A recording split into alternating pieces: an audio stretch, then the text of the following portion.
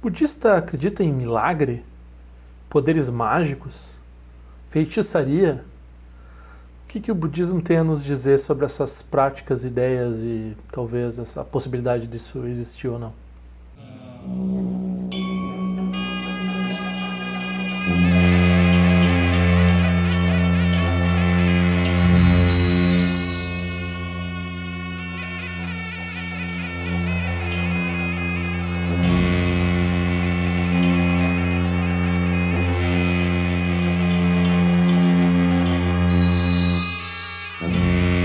Poderes milagrosos. Então, ao contrário do que a nossa ideia esterilizada, né, dessa ideia ocidental de budismo livre de superstição, do que a gente vê como superstição e a gente projeta no budismo, todo o budismo, toda forma de budismo acredita em feitiçaria, acredita em coisas miraculosas, poderes mágicos, seres espirituais. Todo esse tipo de coisa é comum na literatura budista, seja de que tipo for, seja de que tradição for, não tem como escapar disso. Evidentemente, por outro lado, como cada tradição trata disso é diferente. De forma geral, o budismo ele tem uma atitude de acreditar ou aceitar que essas coisas existem, mas reconhecer elas como não sendo espirituais, não sendo aspectos importantes para a prática. E de fato, podendo se tornar obstáculos, né? Então, particularmente no que se chama de Shravakayana, e em boa parte do Mahayana, os poderes mágicos ou siddhis, né, as capacidades extraordinárias, tais como clarividência, telecinese, voar, várias coisas que os seres realizados têm, elas se dizem que são algumas vezes efeitos colaterais comuns na prática de meditação ou outras práticas espirituais, mas que elas não são os objetivos nem particularmente interessantes de se fixar nelas, assim, pode ser problemas para o praticante, né? É uma ideia bem estranha para um ocidental, para uma pessoa moderna, de forma geral, porque nós duvidamos dessas coisas. Mas o budismo aceita essas coisas como, né, pessoas espiritualistas New Age ou de outras tradições. Por outro lado, colocam um status inferior nisso, né, ou como obstáculo, de forma geral. Pelo menos o Shravakayana e boa parte do Mahayana tem essa perspectiva, né. No Vajrayana, como sempre, ou pelo menos quando a gente está falando desses aspectos, a perspectiva é um pouco diferente, né. Então, o Vajrayana, a característica que define o Vajrayana, algumas pessoas estereotipam como prática de deidades, por exemplo, né, ou visualização, ou rituais, excesso de rituais, assim por diante. Mas a característica que define o Vajrayana é o uso das emoções aflitivas, ou kleshas, como combustível para a prática espiritual, ou sendo transformadas, transmutadas pela prática espiritual, né? Então, não sendo desperdiçadas ou rechaçadas ou sendo utilizadas de alguma forma, né? Nós estamos falando das emoções aflitivas, as aflições mentais, elas são, por exemplo, raiva, orgulho e assim por diante. E ignorância também, principalmente, né? Então, a ignorância que inclui uma visão dual, que inclui visão de separação, que inclui várias perspectivas, assim. Então, por exemplo, né, com relação à visão dual, a visão dual é uma forma de ignorância, né? Espaço, tempo, causalidade, tudo isso está incluído na ignorância. Mas no Vajrayana a gente não diz assim, show, espaço, tempo, causalidade, dualidade. Então, quando há a visualização da deidade, a visualização da deidade há uma autovisualização, né? E também uma visualização projetada à frente. Então, o aspecto dual, ele não impede ou obstaculiza em nada o aspecto último, né? E essa perspectiva, ela tá também nessa questão dos siddhis, né? Então, também há uma perspectiva do como há esse uso de tudo que é visto como ruim pelas outras tradições, é usado também como prática espiritual. Esses aspectos inferiores da prática espiritual, que são esses poderes mágicos, que curiosamente, né, por exemplo, porque a gente tem tradições teístas e Jesus Cristo e na mentalidade ocidental, na mentalidade abraâmica, também no hinduísmo de forma geral, os poderes mágicos tem um status, assim. Se a pessoa é capaz de andar em cima da água, bom, leva meio que a pessoa a sério, assim, né? Tem uma boa vontade com isso, quando isso é aceito como algo que pode acontecer, né? Quando as pessoas aceitam isso, elas acham que isso é bom. É basicamente isso. No budismo não é assim, né? Então, no budismo tradicional do Shravakayana e do Mahayana, eles não acham bom, mas eles aceitam que é uma possibilidade. E o Vajrayana diz, isso é um problema? Bom, nós usamos todos os problemas no caminho espiritual, então nós podemos usar isso também no caminho espiritual. Também o aspecto mágico, o aspecto milagroso se torna, nessa perspectiva de antinomia, né, de ir contra os padrões e utilizar as emoções aflitivas como combustível para a prática, eles incluem também o aspecto dos poderes mágicos, né? Mas como isso poderia beneficiar os seres? Bom, de fato, se reconhece em todas as formas de budismo, inclusive no Vajrayana, que seres sem sabedoria ou sem realização propriamente espiritual podem demonstrar poderes mágicos. Então, o fato de um ser manifestar qualidades como voar, ou andar na água, ou ler a mente dos outros, ou ter capacidades extraordinárias, assim, não implica que essa pessoa seja um professor espiritual autêntico. Esse é um ponto muito importante, porque algumas vezes no budismo tibetano e de forma geral entre as pessoas, elas assumem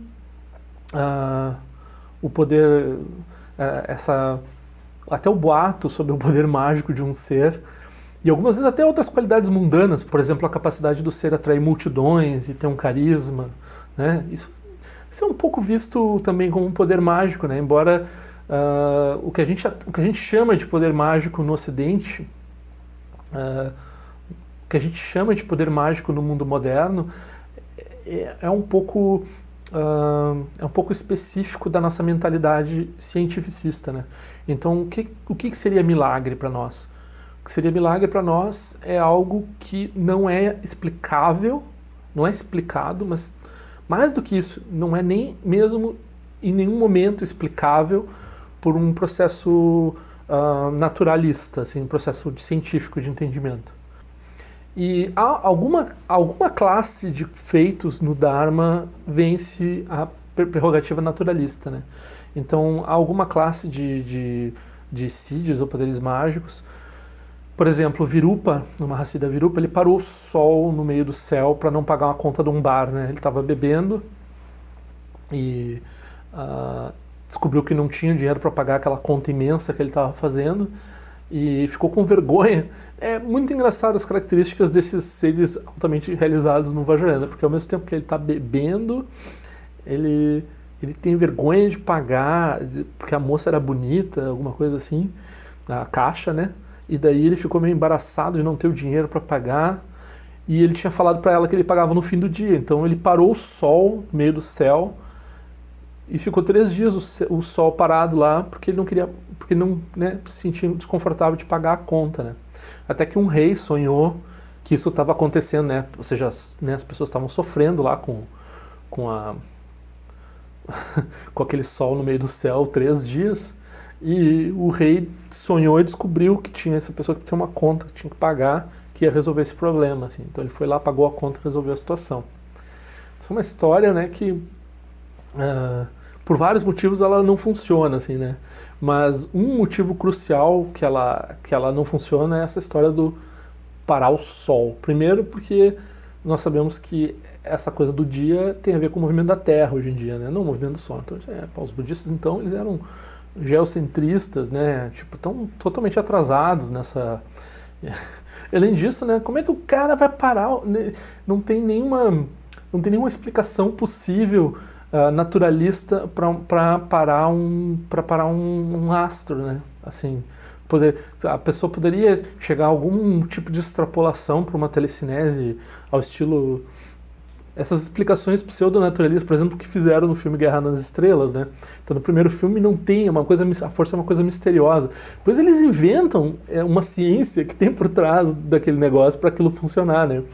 Mas aí tem uma explicação, tem os tal dos midi-chlorians, que é uma coisa totalmente absurda, né? Então é absurdo que eles tenham tentado encaixar aquilo num processo naturalista, mesmo que ficcional, né? Então eles realmente tentaram transformar aquilo, tirar o aspecto místico e de fantasia que tinha e fazer ficção científica, né? Tanto essa discussão literária se trouxe mais pro aspecto de ficção científica porque deu uma explicação naturalista para aquilo, né? Então, mas no caso de parar a Terra e para não pagar uma conta, né? Esses outros aspectos eu não tenho nem a capacidade de discutir com vocês. Qual é o entendimento profundo por trás do Virupa, né? Aliás, palavra que significa o feio, né? Mas os Mahasiddhas, de forma geral, todos eles têm, eles aprontam coisas esquisitas, assim, né? Então, eles são de vários tipos e passam por várias experiências, né? E, no caso, não tem como explicar uma coisa que para o Sol, né? Ou para o movimento da Terra, que seja. Então, como é que isso se explica, né? Será que é só uma metáfora para alguma coisa? Bom, normalmente, tudo que é falado no Vajrayana tem zilhões de níveis de entendimento e de sentido, e, sem dúvida, que isso tem um sentido de prática espiritual, né? Ligado à meditação, um sentido interno, um sentido secreto, né? Mas no sentido externo, de parar mesmo essa experiência, isso tem a ver, e eu acho que a história dá uma indicação pelo fato do rei sonhar isso, né? Então, do ponto de vista da Chittamatra e de várias formas de budismo que são idealistas, o tecido da realidade ele tem essa estrutura particular e esse naturalismo particular por uma reunião de causas e condições, né? Então, o grande mestre ele tem acesso a essa experiência que está além do sonho. E além do sonho, outro dia eu vi esse físico que eu até acho ele meio bobão, assim, o Neil deGrasse Tyson, né? Mas ele estava explicando por que tem essa visão agora na física. Isso é uma visão filosófica, mas ele entrou meio que na questão de estatística, uma coisa mistura com estatística aí. Que tem, por exemplo, essa história de simulação, né? Então, será que nós estamos dentro de uma simulação? E daí alguém disse assim, alguém falou, não, é mais provável que nós estejamos dentro de uma simulação. Aí ele explicou por quê. Ele explicou que é assim, ó, é possível fazer uma simulação. Tem uma possibilidade, como é que se diz, um experimento de pensamento. Então, digamos que uma simulação compreenda toda a nossa experiência, certo? E na nossa experiência atual, nós conseguimos fazer simulações meio imperfeitas, relativamente perfeitas. Nós entendemos o que é a simulação e conseguimos fazer. Então, como há a possibilidade de haver uma realidade na qual se faz simulações perfeitas, e isso é recursivo porque nessa realidade há uma possibilidade também dessa realidade simulada dentro dessa outra realidade também poder fazer simulações e assim por diante até não acabar mais, o número de realidades simuladas é muito maior do que o número de realidades reais. Porque qualquer realidade simulada pode ser simulada dentro de uma realidade simulada. Então, num golpe de estatística, eles dizem, bom, então a probabilidade de nós estarmos vivendo dentro de uma simulação é mais alta. E ele falou, claro, ele é um realista, né, um físico um astrofísico relativamente tradicional, e ele falou, eu gostaria de poder refutar isso, mas eu não posso refutar isso, isso é uma possibilidade, está no reino da possibilidade. Isso é uma possibilidade real, porque matematicamente faz sentido. Então, esse tipo de pensamento que há uma possibilidade, isso daí, então, nós estamos falando da história do Virupa dentro de uma dessas possibilidades aí. E daí, claro, daí a pessoa diz, mas muitos universos, muitas coisas, e papapá, é tudo um sonho. Sempre se resume a essa ideia. No budismo a gente usa muito esse exemplo do sonho, né? Então, no sonho, ele tem poder sobre o que acontece no sonho, e até mesmo parar um astro no céu, o movimento aparente de um astro no céu. Então ele pode até sonhar que é geocentrismo, não tem problema nenhum, que a Terra é plana, não tem problema nenhum. Tem um outro naturalismo, os sonhos eles não são limitados de forma alguma. A gente tem causas e condições que nos levam à física atual. A física atual é subalterna desse nosso sonho em particular. Toda a história da física, todo o entendimento do universo, todo o universo e as leis como elas estão presentes aí, eles são subalternos dessa nossa experiência sonhada. A consciência é a experiência real. A experiência externa e a experiência observada e as provas e a matemática e assim por diante, essas outras coisas, elas são secundárias, subalternas, né? Então, claro, depois o budismo vai além disso, mas nisso daí já dá para explicar esse tipo de mágica de grande ordem, assim, né? Mágica de grande ordem viola o sonho. Viola a regra do sonho. O sonho está operando de um jeito, ele que está sonhando, ele muda a regra do sonho. Pronto. Aí fala Mahasiddha, grande Siddha, né? Tem esse Siddhi último, assim, né? Como isso beneficiou aquelas pessoas, ou beneficia quem está lendo a história, e agora vocês que estão ouvindo essa história, isso é misterioso, e a gente pode refletir sobre isso, e tentar receber esses ensinamentos de pessoas qualificadas, não de uma pessoa que está falando da boca para fora, que nem eu, né? E eu acho que assim a gente progride nesse entendimento, assim. Agora, há um outro tipo de Siddhi, que é o Siddhi mais mundano, ordinário, que é explicado pela interdependência. E daí é uma explicação naturalista, só que é uma explicação naturalista dentro de um entendimento de naturalismo que é diferente ou está além do naturalismo como ele se desenhou até agora, ou como a gente conhece, né? Então é científico, apenas é baseado num outro paradigma de ciência, né? Então, por exemplo, quando se faz rituais no Vajrayana para fazer chover, ou para vários tipos de macumba, né, entre aspas, ou para prosperidade e tal, isso tudo é baseado numa lógica peculiar que tem a ver com essa questão da interdependência, que todos os fenômenos são ligados uns aos outros e há certos fenômenos-chave que abrem possibilidades para certas coisas, né? Então, quando se desenvolve certas técnicas com relação a dá para fazer manipulações na realidade, né? Do ponto de vista de uma pessoa comum, com a mente ordinária, essas atividades, elas são só um prolongamento, seriam apenas um prolongamento das atividades ordinárias da pessoa. Então, se é uma pessoa ordinária fazendo esse tipo de prática com objetivos ordinários, mundanos, de melhorar a experiência dela, né? Isso não é uma prática espiritual de forma alguma.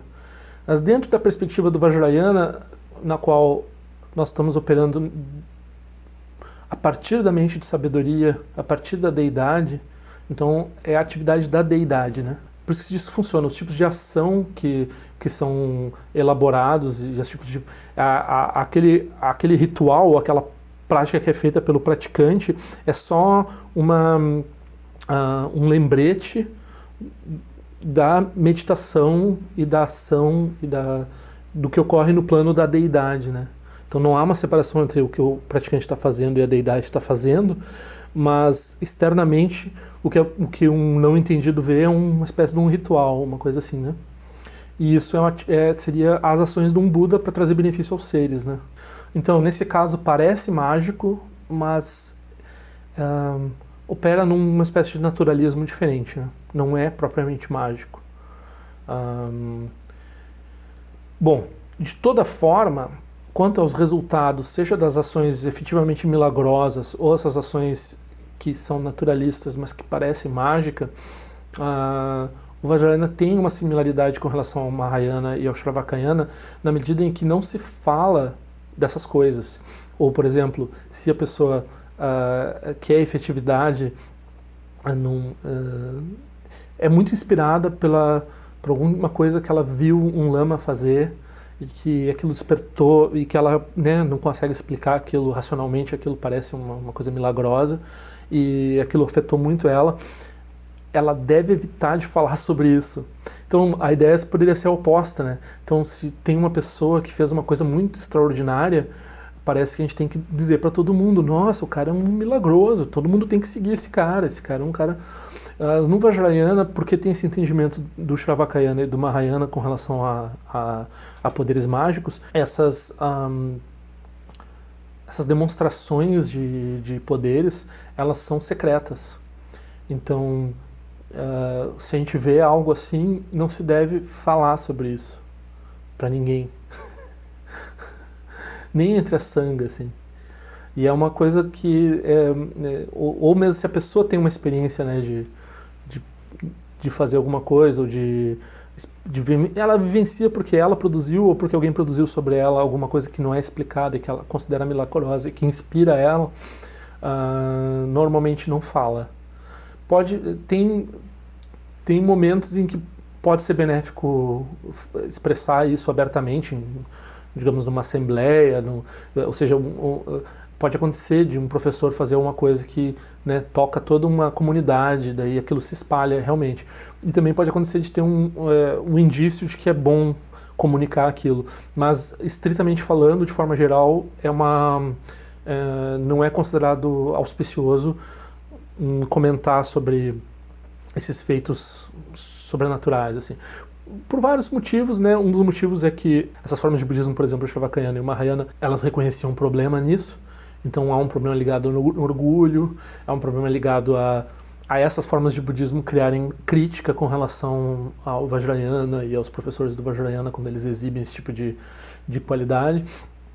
E também porque a própria razão de ser, inspiração daquilo, não é para virar um boato, não é para virar uma situação de... uma situação mundana, aquilo se trivializa, né? Porque as pessoas, quem vai ouvir de segunda mão, vai duvidar mais, né? Cada vez duvida mais, quando vem enfraquece aquilo. E, novamente, cabe aqui a história do dente do cachorro, né? Então, a inspiração, ela não precisa vir da realidade. O Dzongchen Sertien Rinpoche costuma dizer que o budismo é um placebo. Então, o budismo é um remédio que ele não tem nem mesmo um modo de ação. Ele não produz a natureza de Buda, né? A natureza de Buda já está lá. A eficiência do budismo não é melhorar algo que já está perfeito. Não tem como melhorar algo que já está perfeito, né? Então, todo o método do budismo serve para a gente usufruir e revelar isso que já está presente de maneira perfeita, né? Não tem um concerto verdadeiro. O concerto ocorre dentro da falsidade, dentro do nosso engano. E o nosso engano, ele mesmo, ele não tem estrutura, né? Então ele não tem nem por que ser corrigido também, de certa forma. Porque ele já está, né, se desfazendo por si só o tempo todo. Só que mesmo assim a gente parece que precisa de um processo. Então surge esse placebo que é o Dharma, né? E da mesma forma, então, o Gedung Chöpel, que é um mestre que é elogiado pelo Dalai Lama, por Dzongchen Sertien Rinpoche, por muitos, um professor de louca sabedoria, né, que viveu até a invasão chinesa no Tibete, ele dizia que a gente tem um problema que é acreditar demais no que é acreditável e duvidar demais daquilo que é fácil de duvidar, que é duvidável. Esse é o ponto crucial dessa história de milagre no budismo. Então a gente tem uma fixação à normose, à normalidade, e algumas vezes vem um mestre, por meios extraordinários, sejam explicáveis, sejam não explicáveis, seja rompendo o tecido do sonho, seja através de estruturas que nós não somos capazes de entender ainda. Então seja uma coisa causal, seja uma coisa não causal, e aquilo produz um efeito sobre a nossa mente, um efeito que supostamente é benéfico. Então, isso daí é o que importa, né? O fato daquilo ser um dente de cachorro ou não ser um dente de cachorro.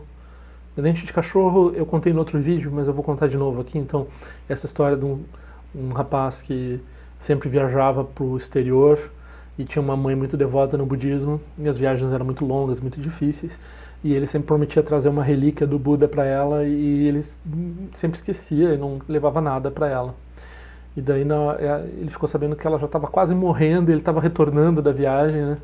E ele pensou, bah, então ele viu uma carcaça de cachorro no chão e pegou um dente do cachorro e deu para ela e disse que era um dente do Buda, que ele tinha trazido como relíquia. Ela botou no altar e essa mulher atingiu, na hora de morrer, ela morreu muito bem, mostrou vários sinais de realização. E o povo atribuiu isso ao dente de cachorro, né? Mas o filho dela sabia que aquilo era da interdependência da fé dela com aquele objeto, né? Então o budismo reconhece o poder da publicidade, né?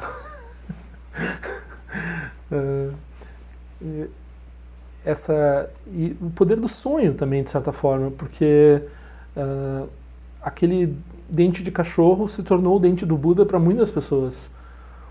E em certo sentido, né, quando a gente diz Buda, a gente não está falando de uma pessoa, né? Não está falando só do Buda Shakyamuni, Buda histórico. A gente está falando de uma qualidade que é despertar, né? Então a gente está falando, não está falando objetivamente porque não tem um eu. Então não tá, o Príncipe Siddhartha não importa realmente o dente do Príncipe Siddhartha. A relíquia no budismo ela tem esse sentido, né? Ela surge de uma interdependência com aquele objeto. Ela surge da fé do praticante, não do objeto em si.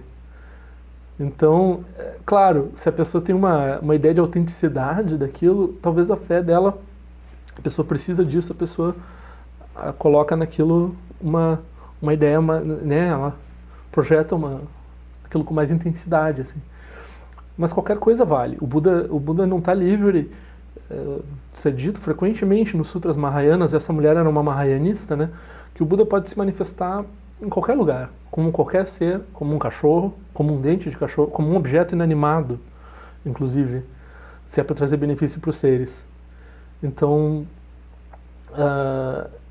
esse ponto é um ponto crucial dessa ideia de interdependência, né?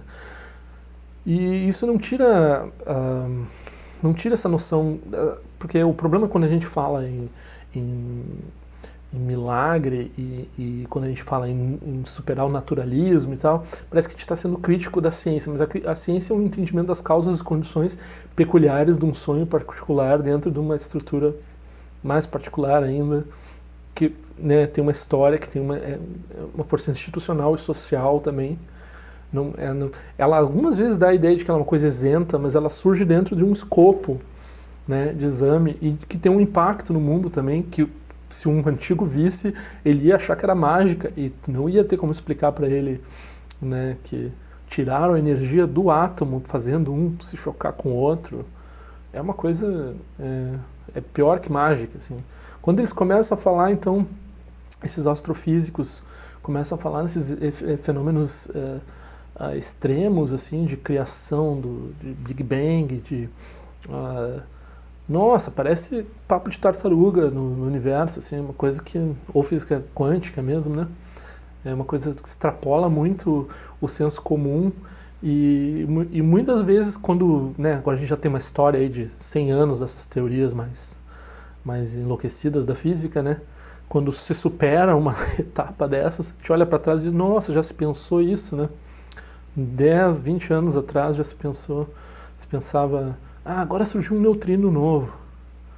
Mudou tudo, a teoria padrão não está dando mais conta, né?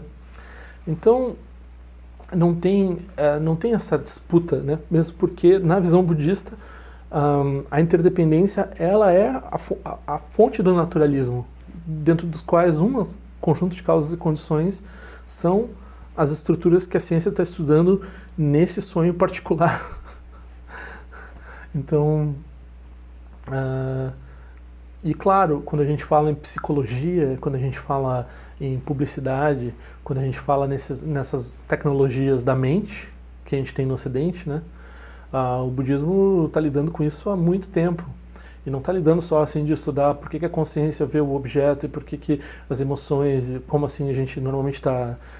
Nossa, esse pessoal do Vajrayana, eles já desenharam todo, né? Quando a gente tem essa ideia de que tem essas deidades, né? Essas deidades, elas são portais de sentido, assim, porque cada elemento dentro, assim, tem uma interdependência com um mundo de entendimentos, mas não é só entendimentos, de experiências que a pessoa vai ter, porque ela vai, né, ela está se conectando com essa prática, se conectando com certos lamas, com uma linhagem, com certos objetos, e daí a vida dela vai se transformando, né? Então, se abrem terras puras com a pessoa, quando a pessoa reflete, quando a pessoa pratica, medita sobre sobre esses símbolos, né? Os símbolos, eles têm esse poder de interdependência, eles são focos de conexão com hábitos mentais que estão latentes na nossa experiência mais profunda, assim. Então, é claro, o Jung poderia falar algo sobre isso e assim por diante, mas o que o budismo tibetano já tem um produto pronto, assim, o software já roda, assim, né? Tu encaixa ali, aquilo já está, não é uma coisa que está sendo produzida aqui e ali por alguém que está pesquisando. É uma coisa que surge da mente realizada desses praticantes, né? Então aquilo já tem já roda suave, assim, né? Se a pessoa se aplica nessa prática, os resultados são assim, assim, assim, assado. Então, e produz esse tipo de experiência. Então a pessoa começa a se relacionar com o Vajrayana, ela começa a reparar esse tipo de experiência milagrosa nas histórias, né? Talvez na experiência dela com os professores, talvez na experiência dela com as pessoas também. Então,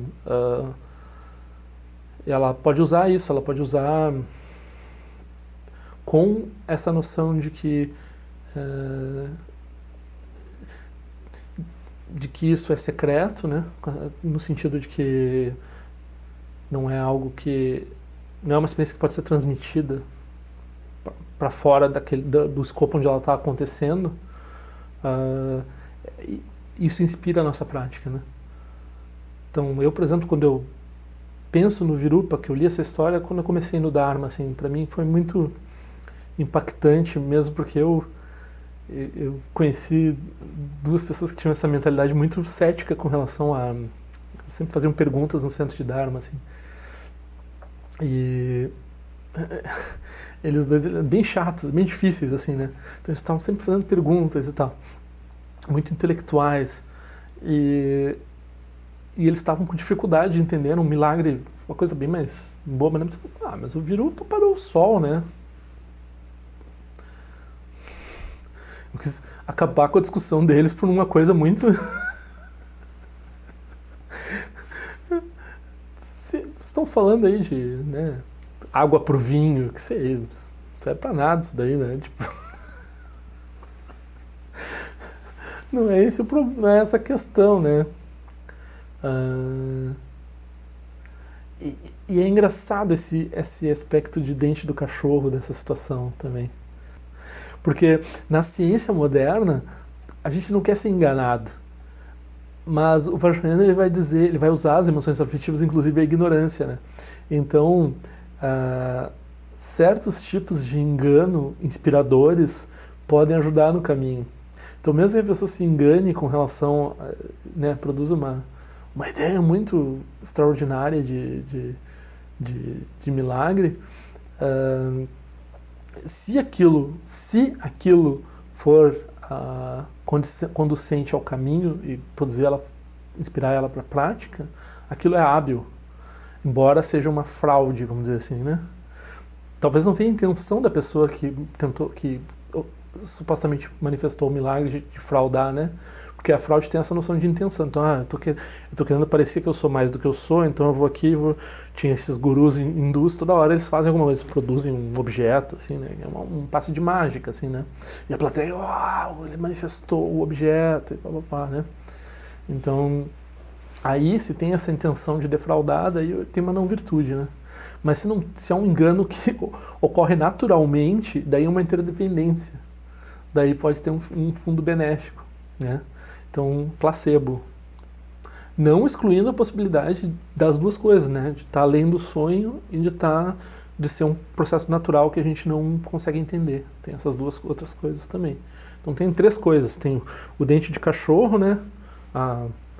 O dente de cachorro, que é tipo o placebo, né? Quando aquilo inspira mesmo sendo falso, sem ter intenção de fraudar alguém, né? Se tiver intenção de fraudar, aí eu acho que tem uma mentira, né? Então pode ser que tem um caso ou outro que seja benéfico, mas de modo geral eu não diria que é benéfico. E tem os outros, tem uma questão naturalista que a pessoa não entende, mas que opera segundo regras dentro de um escopo, de algum escopo, e tem uma coisa que foge do escopo, que é ir além do sonho, né? Então tem esse reconhecimento que é um sonho e vai além do sonho. Essas três coisas são possíveis, assim. Mas nós, né, o vínculo naturalista é querer uma explicação natural. Então, se a gente quer uma explicação natural, a gente pensa em termos de ciência, dizer, então, né, quer saber como é que o mágico fez o truque. É isso que a gente quer, esse é o nosso objetivo. O publicitário, ele pensa diferente, ele quer saber se aquilo vendeu o produto. E no budismo a gente pensa diferente, ele quer saber se aquilo levou a pessoa a praticar, inspirou a pessoa a praticar. Então, é um terceiro ponto de vista. Se aquilo produziu problemas, o que é reconhecido, né? Porque o Shravakayana e o Mahayana reconhecem isso. O Buda ensinou isso como sendo um problema, né? Nos sutras do Cânone Pali e em muitos sutras do Mahayana também. Embora, mesmo no Cânone Pali e também no Mahayana, o próprio Buda tenha manifestado milagres, né? Então, porque eles não são objetos que a pessoa deve buscar, mas eles ocorrem naturalmente na prática, né? Então há modos extraordinários de beneficiar os seres, assim. Se fala poder de bênção, né? A gente pensa que é uma coisa mágica, mas tem mais a ver com interdependência, né? Com inspiração, com efeito placebo. E o efeito placebo não é qualquer coisa. Mesmo na ciência ele não é qualquer coisa. No budismo, então, que tem esse reconhecimento de interdependência, nossa, isso é muito profundo. Não é... a gente desenvolve uma mente receptiva a esse tipo de coisa, assim. Receptiva a essas bênçãos, né? E elas permitem a nossa prática e assim por diante. Então, em certo sentido, né, o Arhat é o ideal do Shravakayana, e o Arhat, ele pode ter esses poderes mágicos, principalmente a clarividência, né? E outros poderes mágicos, mas ele não os manifesta, assim, ele não utiliza isso porque tem uma diretriz do próprio Buda para não fazer esse uso, né? E no Mahayana, o Bodhisattva também atinge esses poderes, e em alguns casos ele pode, para beneficiar os seres, utilizar, particularmente para ensinar o Dharma. É reconhecido que é necessário clarividência para não... Porque tudo que tu fala, tu tem que saber o impacto que aquilo tem sobre os seres, né? Senão tu não deve falar. Então, um professor verdadeiro do Dharma é alguém que sabe as consequências lá longe, milênios do que ele está falando, né? O Buda sabia como é que o Dharma ia ser entendido no nosso tempo, assim. Isso está descrito nos sutras, assim. Ele vai traçando. Isso não é também, isso parece miraculoso, mas isso é explicado porque o Buda entende causas e condições melhor que qualquer um, então ele vai interligando as coisas melhor do que qualquer um e ele chega a resultados melhor do que qualquer um, assim, como se fosse a gente não entende como é que a pessoa faz aquele cálculo de matemática com tantos números automaticamente na mente. Então o Buda fazia uma coisa parecida com causas e condições e com o que ele ia falando, prevendo, porque realmente, né, era inteligente, né? A gente não consegue conceber esse grau de inteligência, mas tinha esse grau de inteligência, então não era uma coisa tão sobrenatural assim, né? E porque o budismo não acredita em a causalidade ou aleatoriedade, né? Então tudo tem causas e condições, principalmente no que ocorre na mente, né? Tem formas de budismo que até acreditam em certa aleatoriedade nos fenômenos que eles no mundo externo, eles entendem o mundo externo como separado, e a gente vai falar sobre isso no outro vídeo.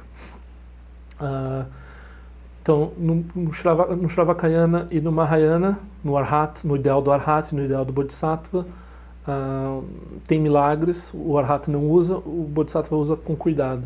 No Vajrayana, o ideal do Vajrayana é o Mahasiddha.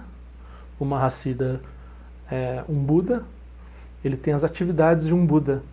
Então, como o Buda manifestou milagres, ele manifesta milagres também. Né? E o Buda manifestou uma forma específica, então a gente pensa, então todo Buda, né, tem uma visão assim meio do Shravakayana e do Mahayana, que o Buda, todo Buda tem que ser homem, todo Buda tem que nascer príncipe, tem que ter uma história parecida com a do Buda Shakyamuni, assim, a gente bitolou que o Buda tem um formato específico. Né? Aí o Vajrayana vem e diz, não, o Buda surge às vezes de jeito muito esquisito, e daí tem mulheres, imagina que transcendência isso de ter Budas mulheres, né? Então tem Mahasi das mulheres, tem poucas, né? Por exemplo, das 84, tem 4 apenas. Mas já é alguma coisa, né?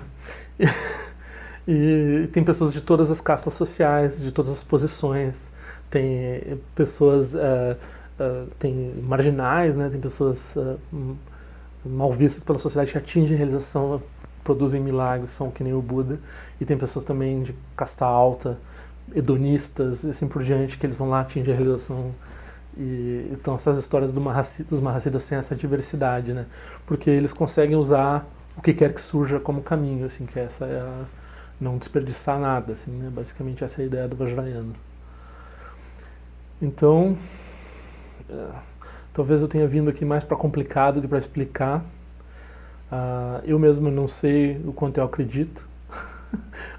Eu não sou normalmente um believer, mas eu gosto, para mim, essa coisa do Gedung Choepel sobre nós acreditamos demais no que é fácil de acreditar e nós duvidamos demais daquilo que é fácil de duvidar. Eu acho que essa frase é a frase crucial dessa situação aqui, de milagres e desse tipo de coisa. E também essa ideia do sigilo eu acho muito importante com relação a qualquer coisa no Vajrayana, né? Então, desculpa aí vocês que eu contei a história do Virupa para vocês, não era para contar, né? Não é nem meu lugar, não é nem... Vamos todo mundo fazer prática de purificação.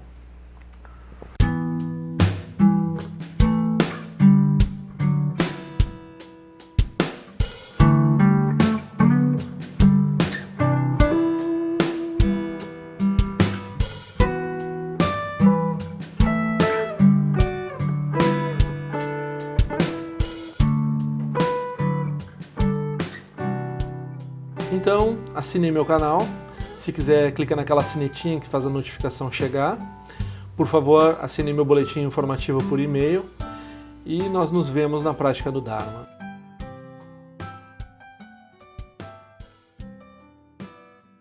Ao longo de minhas muitas vidas e até este momento, todas as virtudes que tenho alcançado, inclusive o mérito gerado por essa prática e todas as que vier a conseguir, ofereço para o bem-estar dos seres sencientes. Possam a doença, a guerra, a fome e o sofrimento diminuir para todos os seres, enquanto sua sabedoria e compaixão aumentam nesta e em vidas futuras. Possa eu claramente perceber todas as experiências como sendo tão insubstanciais como o tecido do sonho durante a noite e imediatamente despertar para perceber a manifestação de sabedoria pura no surgir de cada fenômeno. Possa eu rapidamente alcançar a iluminação para trabalhar sem cessar pela liberação de todos os seres. Ganira we korajin kasum banane wa malujin wene jerezi wante jinja so eza peka jabadu tenjo chi om so chi jamen jebene jana sawa kun chatu je ozeta ba menjo no to de rumoni jogi za zunda tu tenjo chi chime konye pe mazamba wa sa sona jante zeno pa igar juwan shu ki trupiko ko se je shin se sinda shin shu jing me tu ju trupa nangi wan chato no tu pa tenor bu yin ne ko pa mo ra sam ne londo de le tu tenjo chi pe me jason pe me rezo je pe me dan la je ko se so wan pe ma cho je drama so jin do ni pe me lon je do chi pe den ju wan ne jembo den ba yo ne pa dan den ba zin pe je bon nan ko se ja sen tenjo chi du sun san je go ro rin po shen ngon du kun da de wa je bo ja ba che ko sa du da pa sa so a de so jin je la du so shin na sang we ba je jo wa dan san ba lon je do pa jen de lo ba ma hon ba ja go ro pe ma se de hon ken lo jo son le lo ja zan li sa son ja pa pe do ju sho sun na wa da mi da do sun ge le sho